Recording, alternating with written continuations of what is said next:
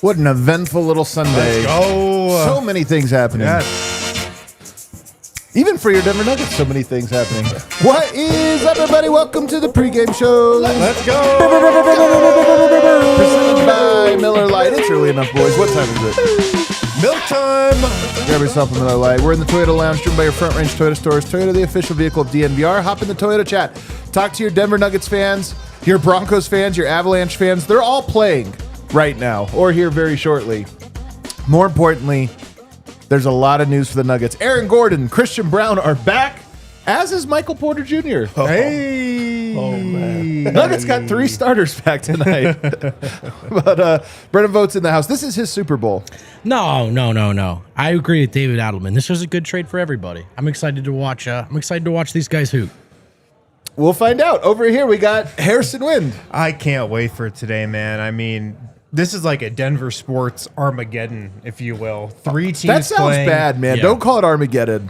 Only if they all lose. Denver Sports Festival. There it There is. you go. Jubilation. Something there. 3 teams playing at pretty much the same times today is crazy. There will be like an hour where they are half hour or so they're all on at the same Absolutely time. wild. That's crazy. Rounding out the show, Superstar Dev. I'm so excited for this game. It's scary how excited I am for this one. Is it? It's wild. I think it's gonna be a banger. I was going to say, I haven't been nervous for a game in a little bit. I know. I'm a little nervous. Christmas Day, maybe? Not really, though. I'm not nervous for Christmas No. Day, man. Come on. This is the Timberwolves. Come on. It is crazy, man. That's how I feel a little bit. And I wish this game had its own day. You know, I actually, as cool as it is that we got a little three for, Yeah. I kind of wish this was one we could all settle in, nighttime, ramp up for. Not a little matinee in the middle of football Sunday. But here we are. And there's a lot of game notes, so let's get to them. Let's get to them, of course. The Brooklyn Nets. Let me give you a little bit of what they've been up to this season. 10-22 overall. Coming into this game, losers of 3 straight. But before that, they had won 3 in a row. And if you go back to December, the Brooklyn Nets were the best defense in the NBA in December. That's absolutely insane, wild. man. That's They were honestly, truly third insane. overall in net rating, but the best defense in December. That's not a fluke either. You can be the best defense for a week as a fluke. A month is not a fluke. A month is not a fluke. Yeah, a month is definitely not a fluke. David Adelman pregame, he was talking about Michael Porter, the trade. He said, I think the trade was good for everybody. And he also was talking about Jordy Fernandez, the Nets head coach, of course, the former Nuggets head coach. He said, Jordy is where he should be. He should be a head coach. Should have been earlier. It was fun to work with him. So a lot of crossover here in this game.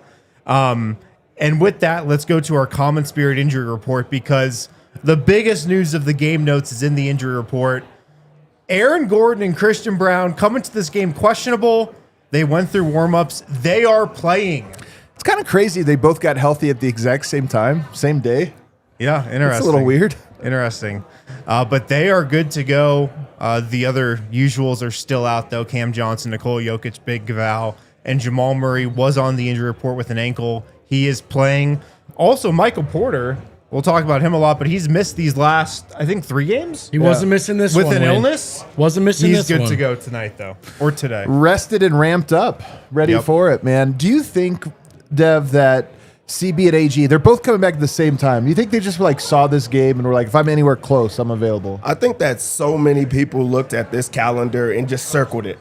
This is the game. Yep. This was the game to return. This is the game for everybody to return. We had 3 guys returning this game.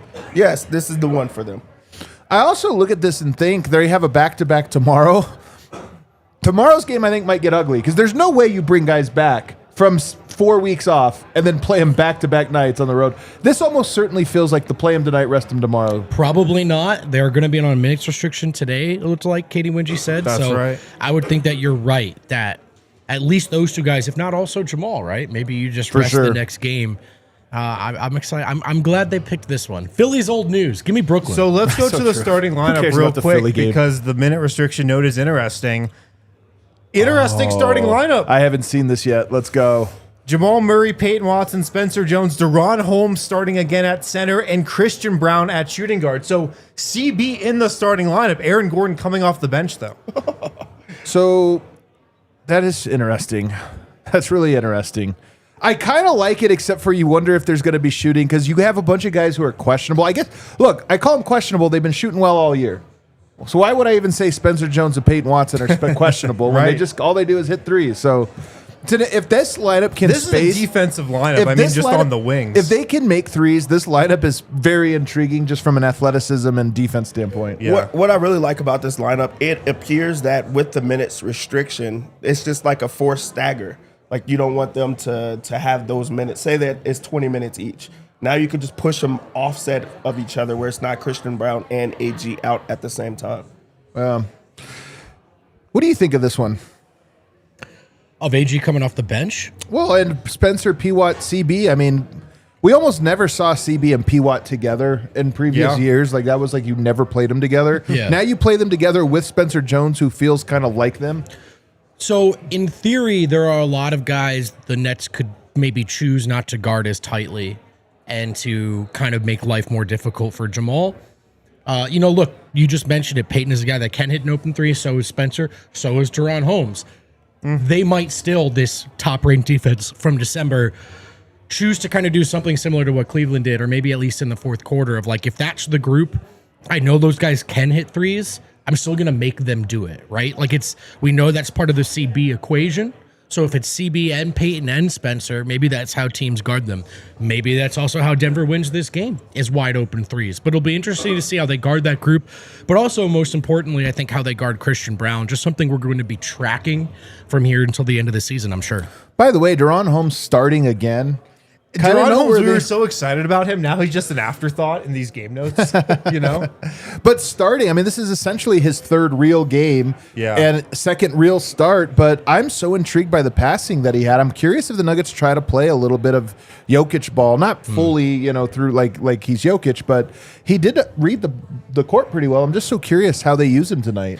I'm really curious, too. I mean, with Big Val, you have somebody who plays somewhat similarly to Jokic.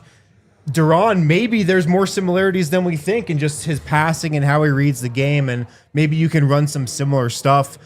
I'm actually more curious about how he holds up on the defensive end. Nick Claxton's not playing for Brooklyn. They have Deron Is it Sharp Deron at Sharp? center, who's like a big dude. Deron versus Deron? Oh man, they're having a day run now. Yeah, that's crazy. But Deron Sharp is like 270 pounds. He's a big dude. Yeah. He So is I'm a just big dude. curious He is how a that big dude. goes. But it is one fewer big, right, for Brooklyn, which I think only helps Denver for obvious reason. Yeah, this will be a small, fast game, I think, actually. You have more game notes? That's all I got for game notes. So now the question becomes, is it P-Watt's job tonight to shut down Michael Porter Jr.? P-Watt has really enjoyed showing off his offensive repertoire last couple games. But tonight I almost feel like if you shut MPJ down, they really just have Cam Thomas. So maybe his job tonight swings back to defensive? Maybe. I was actually thinking maybe Spencer Jones as well. Just like a bit more physical. Maybe have to, like, Mike has shown some dribbling this year, but really more than anything, Jordy has done a great job building an offense out of how Mike gets himself open off the ball, right? It's almost Steph Curry running around there. Yeah, but he kind of is, right? On these DHOs, and he's actually figured out how to turn those into playmaking opportunities with Claxton, who's not playing. So there's a bit more chasing Mike around than there used to be. I wonder if that's more of a Spencer job than a Peyton job at this point in time. But I think either of those two guys are the options, and see how it goes. Dev, how important do you think this game is to the players on the Nuggets? Like, I think they all like Mike. I mean, this is the thing is I don't think Mike left on bad terms or anything. And yet, though, there still is this thing about, anytime a guy leaves, starts scoring a bunch of points, you look around and go, hey, this guy thinks maybe he's better than us. Well, first off, they're the ultimate competitors, like in the world. This one is one that everyone circled. They want to try to show him up. And I know he's going to try to respond. You don't want that guy that's already having a successful season in his own rights to go up and destroy you or have a big game. So I do think this is important for you to get some chemistry, some type of rhythm, but also to say, like, no, we made the right decision. We're doing better than you right now. I'm really curious to see who guards Porter as well. I mean, did P. Watt pull a Jaylen Brown and text David Adelman on the plane, give me Mike, give me that assignment? Because I almost want to see Spencer guarding him more. I think that is the better matchup for the Nuggets. Yeah, I agree. I mean, you guys know, like, I am maybe leading the Spencer Jones brigade like right now. Like, I'm loving this guy. It's incredible what he's doing, and I kind of just want to see what he does against Michael Porter in that matchup, but I'm sure everybody will spend a little time on him. Michael Porter, before the game, when he was interviewed, said, "I definitely use everything I can as motivation. It was just so much noise about me as a player. I knew if I was healthy coming here, I'd be able to change the narrative around me." Clearly has motivation. Jordy Fernandez asked about him. He says, "If I'm in his shoes, I'll be very excited to play this game. I have no doubt in my mind he's going to go out there and perform on both ends. So an exciting day for all of us, especially for him." Motivation, Big man. game. I think MPJ is going to play like this is Game 7 of the finals. Yep. Mike was eager He's for not going to get a Game 7 of the finals this season, so Probably not. Although, or of a playoff actually, series. I don't know. Mike was eager for a chance to, if he gets traded. Oh, Trade. Well, look, Yeah, Mike you're was right. eager for a chance to show that he's more than what he tried to be in that role. And by the way, at times succeeded in being in that role. Not all the time.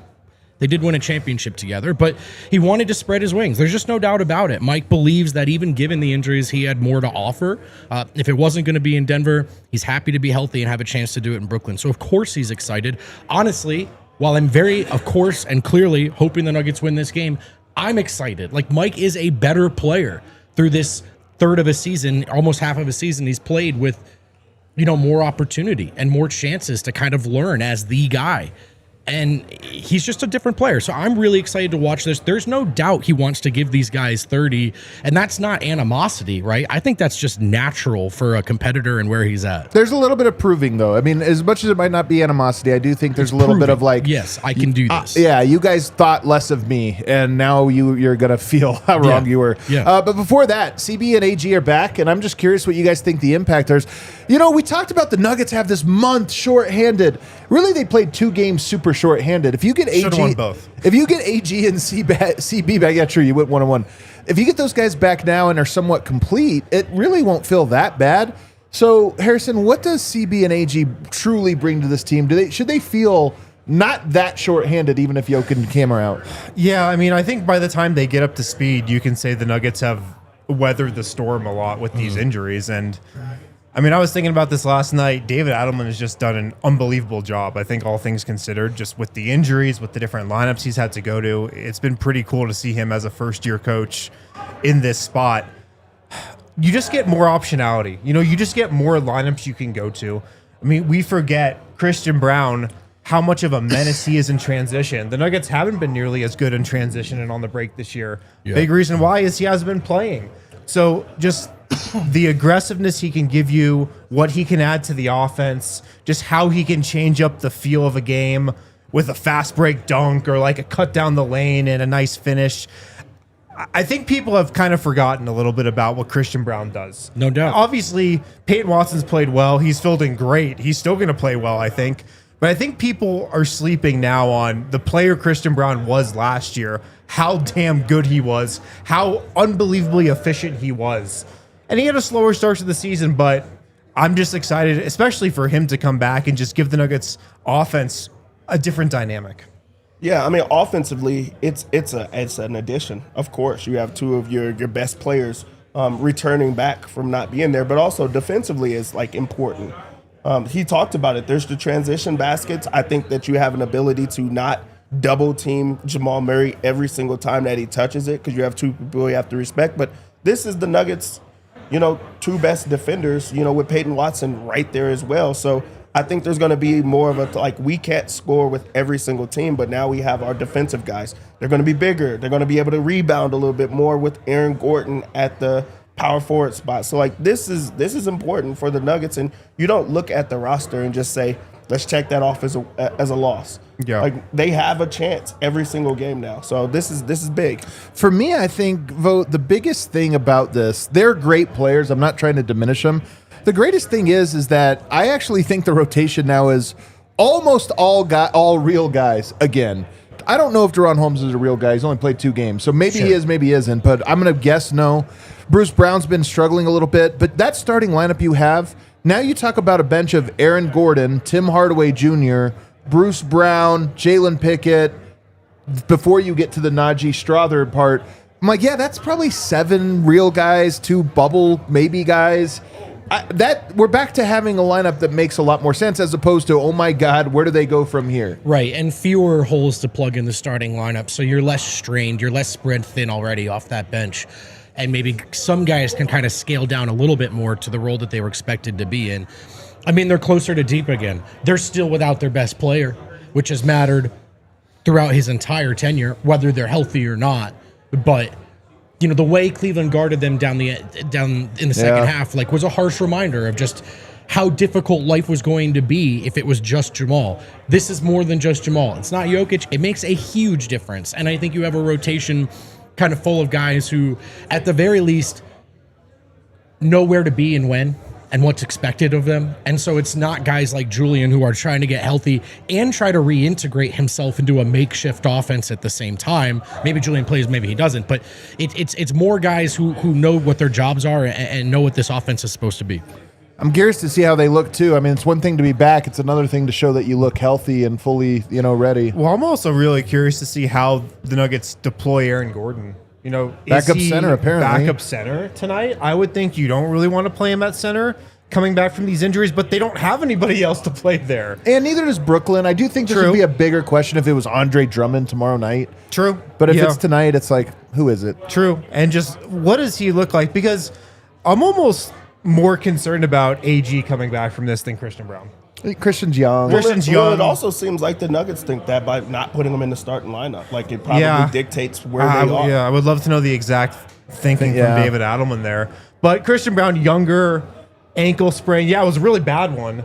But hamstrings to me are the most concerning, non-major injury. So I just hope the Nuggets take a very cautious approach with Aaron Gordon. I'm sure they will. They're usually a really conservative training staff. But yeah, is he the backup center? Do they play him at backup 4 with Zeke? How do they kind of put that game plan together? Our next topic here, and I'll let you answer this one first, Win, just because I haven't thrown you one first, but Michael Porter is now averaging 26 points per game in 33 minutes. Last year, he played 33.7 minutes, averaged 18 a game. So he has raised his scoring by 7.5 points per game on fewer minutes, and he's almost identical efficiency, 59.6% effective field goal last year, 59.8 this year, so 0.02 or 0.2 away from what he was last year. So it's almost identical, just scaled up. Has your perspective changed at all about Michael Porter? Has he surprised you? And does it make you reevaluate and think, did the Nuggets leave something on the table with how they over-orchestrated their offense towards Jokic and Jamal? For sure. I mean, 100%. I did not think Michael Porter had this in him. No way. I mean, going from the Nuggets to the number 1 option in Brooklyn, where he doesn't have a Jokic or Jamal to take attention away from him. I mean, he's the number 1 guy every single night, and it's not really close. So to have defense's game plan for him now, and to do what he's been doing this season, I was pretty wrong about it. I thought it'd be a wake-up call and a little harsh reality for him going to be the number 1 option and going away from the system that was in Denver. But he's definitely proved me wrong. And it's so weird because you think back to even the games when Jokic would be out or Murray and Jokic would be out in Denver when Michael Porter was still here.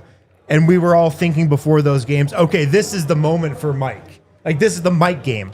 And he looked terrible in all those spots. He could not carry the offense. He looked like he was not that guy at all. And so that makes me think maybe it was the coaching, maybe it was some stuff with just how the Nuggets offense ran that made him not look good in those spots. So I think they did leave a little on the table. In Denver for sure. I mean, the Nuggets had a great offense. Probably could have been a little better just with some tweaks, but he's definitely proven me wrong. He is exceeding my expectations by a lot in terms of what he's doing in Brooklyn. I mean, I don't want to downplay what he's doing because I do think that he's having he's been playing sensational. The offense is geared towards him, and that's what he's always wanted. That's who he got drafted as a guy that you give him the ball and he's going to score a basket, but he also was never this. in Denver, and he was never going to be this. You've seen this with other players that are on this team and they're role players, and then they go somewhere else and they like play really well. There was a time Aaron Aflalo averaged like 18 a game for the Magic. Whoa. That just doesn't seem like something that you would have here. So, I mean, I don't think they left things on the table. You based your offense around the best player in basketball, and he's a Hall of Fame player. So I don't think that that's something there. Would it have been nice to see him play this like this? Yes, of course. But I think it's a hard question. I think it's a difficult question. I mean, but that's why I say I think maybe it was like a coaching thing and just how the Nuggets offense was structured that held him back a little here. It was sort of you would have had to give him a long rope while you were trying to build towards something else, right? And you had this Jokic and Murray identity, which did win you a dominant title in 2023. So. And was almost always a top 5 offense. It wasn't like it didn't work, but it's almost. But now you wonder, could it have worked even better? Could it have worked even better? Or maybe one of the things holding it back from being an even better offense was a more balanced cap sheet and able to bring better players off the bench as well, which is part of the equation here. I mean, he was never going to do that in that role, right? The same way that Cam, who showed how much he can do in Brooklyn, comes here, and while he's been a great fit, his numbers are down. It's a role. He was never. The question is, should Denver have sort of reallocated their time and resources to expanding that role and making him a more complete player? Maybe. They kind of had some bigger fish to fry as well, you know? And I also think in a lot of ways he was good in that role. To me, it came down to just how much of the cap sheet that it ate up. And you can see now where they don't have any guy averaging 18 points per game, but they still have this elite offense. And so it's hard for me to, even as a huge MPJ guy who's seen how well he's played, it's hard for me to say like that they necessarily should have revamped or overhauled the offense to get him more involved. Having said that, there are certainly games and moments and times where I thought, like, it's not even like you need to draw a play up for him. Just pass him the ball. I thought he could have been more involved, but I don't mind them kind of gearing up on Murray and Jokic. It is how they won. So that's just something to keep in mind. I'm going to start my answer by saying that the Nuggets right now have the number 1 offense in the NBA. Although it is falling, we might be a game or two away. Without Jokic, that's just going to fall off, sadly. We no longer have the best offense in NBA history. But it was number 2. But for a second there, all the way up until Jokic went down, it was like a 126 offense rate. It was insane, which is historic. Brooklyn is 26th in offense this year. Now, I say that just as a table setter because my answer is actually absolutely. I think it's proof that there was more points they could have gotten out of Mike. Because Mike was not that great, honestly, in the limited role. I mean, he was actually great at it, but he hated doing it so much that he didn't always do it. And I think sometimes when you have a great player, using the gravity of a great shooter's movement off ball is so huge. Denver had Mike mostly stationary. Right. And I think that's the big thing is it's like, use it like a chess piece. The more he moves, the more the defense bends towards him as in that movement. Right. Yeah, which is something I think Brooklyn understands about him. And I think Denver absolutely left it on the table, and it does make me wonder about coaching. First of all, the first thing I think is the order of who comes into a team matters so much. In an alternate world, MPJ comes in 3 years before Jamal Murray, and this might be a Jokic MPJ two-man game, and Murray just has to like break in. Who knows? But he was the third guy in, and so that it kind of works that way. But I just look at it and say, I think that the coach did not want to use him that way for a variety of reasons. I think Jamal did not like sharing the spotlight of the second star. I think Jamal always has loved being the second guy to Jokic's star. And then I think even a little bit Jokic just got bothered with the fact that Mike wasn't the quickest thinker, the quickest decision maker, always reading the court well, and maybe overcorrected a little bit in how he used him. So I definitely look at this and say, sometimes guys, you doubt what they can do. They go somewhere else and show it. Even Jeremy Grant had a little bit of this to him. It didn't turn into winning basketball, but you're like, dang, I didn't realize he had that much to his game. And it reminds me of players like Peyton Watson and a host of other players where you watch and say, there might be more there, and sometimes you have to suffer through it because the long-term payoff is so nice when you get that guy's full array of skill sets. I think with Mike, it's clearly the case, and it's kind of cool, to be honest with you. But it's also interesting, too, how it kind of the league is evolving too, where it is less about having 3 20-point per game scorers, if you can, and more about having 8 or 9 good guys. So it's like on one hand, yes, they could have done that. I think to some extent they should have. There are moments where it's just get this guy the ball for sure. But at the end of the day, they're kind of in a healthier place, I think, as they're building towards being deeper with this elite duo spearheading what is now one of the greatest offenses of all time. But I just think the big lesson is just as you're trying to evaluate guys, like you were just saying, you see Cam bounce around in all these different roles. He's a slightly different player in all these stops, right? And obviously Mike might have been in this weird threshold where he was like a little too talented. Like there were almost diminishing returns in asking him to do just this limited thing. And he was kind of bumping up against the ceiling against it. So it is interesting that they pivoted at this time where depth is more important than ever. And even if you think they left stuff on the table with Mike and you knew Mike could do this, trading that contract was one of the pathways to a more balanced roster. Yeah, that's how the Nuggets are so deep and then lost all of their players. Our pregame picks are presented by Bet365. Download the Bet365 app. Use the code DNVR365. Deposit $10. Place a bet of $5. Get $150 in bonus bets. Must be 21 or older. Physically located in Colorado. Please gamble responsibly. If you or somebody you know has a gambling problem and wants help, call or text 1-800-GAMBLER. Dev, I cannot. This is the first time ever I'm excited for the other side of things. Oh my God. I bet you guys know what's going to be on it. It's the first time it's I know Michael Porter's going to be on it. I don't know exactly what the prop. Come on, be, you know what? That's why there's a problem. The Nuggets come into this game as 2-point favorites. I like Denver. I think they're going to take care of business. I was lied to. Someone told me that Brooklyn was hot coming into the game, and you said they're losing 3 straight, and they have like 10 and 22. That's not hot. Well, they were the best defense in the NBA in December. Michael Porter missed 3 games. They lost 3 in a row. What was the record? No one talked about the record. I think it was like 12-8. And with Mike, they were It was like a pretty good record. They're not hot anymore. They're not going to be hot. Here's the lesson. Don't lie to Dev. That's Don't do it. That's all you got to do. Don't even think about it. I do like the over of 224, and this could be the bet of the day because they're going to score the basketball. Both teams are going to get out and run and score, and I just think that's only easy 224 over. Yep. On the other side, don't play with me. We know what's going to happen here. It's Michael Porter Jr. over 26.5 points. I got to take it. I got to take it. You could also do Michael Porter Jr. points, rebounds, assists. You could also do Michael Porter Jr. three-pointer. You could do a lot of Michael Porter Jr. bets in this one. He's going to hit the over in everything. His threes are only 3.5, I think. Bro, I got to bet on his threes. That used to be my favorite thing to bet on. It was the easiest one to start with, and he's going to hit all of them. I just put it in. Lock it in there. You know what? I'm not taking the threes. On the Nuggets side, for our threes bet, it's Michael Porter Jr. over 2.5 3-pointers. I think he's just as hyped for what? Oh, this is still the other side of things? No, he's just running through the props. Oh, sorry, Jamal Murray. Over. Oh, okay, yeah. Oh, that's why I was wondering. I was like, on our side, what? There you go. Jamal Murray over 2.5 3-pointers. He's just as hyped for this matchup, and I'm expecting soft coverage. You can't send the double team every single time, so I think this is going to be easy for him. I'm going to go over there. I haven't got a bet on Aaron Gordon rebounds in so long. So it's like, how do you ease yourself back in? I think it's the rebounds. I did have this one before. Him not starting, it kind of alters it. 4.5 rebounds. He has to get this super fast. What do you think his minute restriction is? It's probably 20. I was going to say 20 probably. Yeah, he has to get them super quick. This one is tough. This one is a tough one. I don't want to be negative, but Deron Holmes under 9.5 points. There's no way. He doesn't look at the rim. It's a passer, man. It just is crazy. You're kind of right about that. For you to get 10 points if you don't shoot the ball. Ever. Yeah, that's kind of tough to do. He might hit threes today, though. You know, if he takes them. Yeah, he has to take them. I expect Peyton to get at least 2 assists. His line is at 1.5 with players to pass to. In his new sense of confidence with the ball in his hands, I expect him to just kind of be a creator. So 1.5 assists seems easy.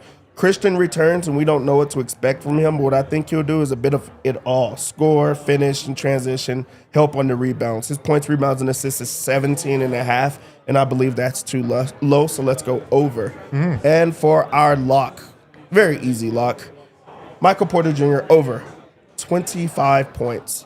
Hold on a second. Jamal Murray. Why do I keep saying Michael? I don't know. You're throwing me off. You're saying I see what Dev's doing here. I know Dev too well to not see what he's doing here. Jamal Murray over 25 points. Sorry. I know what's going on. That I think that he's excited for this matchup. I'm going to change that. I know for a fact that he's excited for this matchup. This is a battle between him and Michael Porter Jr., and I just think he's going to be up for this one. His guys are back. You can't double. Let's take the points. I might parlay these two together, to be honest. I think I'm going to do it. Both guys scoring 26 or more. Christoph, Truther, 4 months of membership, came here to celebrate AG and CB being back. It's 9 p.m. in Poland, so I can watch live with you guys. Joker comes back soon, and we will be whole again. The Boy's Dad, Triple Dipperoo, Part 1. How great is this? But what to do? Older of the boys who has lived through the wilderness decade wants Broncos. As for the pup, the terrorist digs high-speed violence. Had a hard time following that one. Triple Dipperoo, Part 2. The Boy's Dad, Nuggets for sure, so will... I need help on this one, guys. So will Pip, Nuggets, and Broncos, DirecTV on computer for Avs. Sorry, fellas, not going to try to watch longer on the phone. Dang. picture in picture. Picture in picture. Thank you. It's all good, boys. Dad. Don't worry about it, man. You You're just have too much faith in me with your abbreviations, brother. DJ Ovit. Sorry, guys. I missed the news. Why in the world is the org thinking about trading P.Y.? Art has vibes as defense exactly what this team needs. I don't know if that's necessarily... It's just something that could happen. Just something with that him could not happen. signing the extension. History Channel 5280. Vote. I bet you one nugget that MPJ gets 10 plus rebounds. That's plus 22 odds on FanDuel. Is that a single chicken nugget? How do you buy a single chicken nugget? Yeah, I don't know. Also, I don't know which side am I supposed to be on. I think I'm with you. I'm with you on this bet. Are you rooting for the Nets today? Just I'm rooting for bit? I'm rooting for the Denver Nuggets. I want to see Mike play well though. Hey, man, I kind of think we all want that one. All right, we're going to go watch this game on the other set. Hit that like button. Meet us over there. We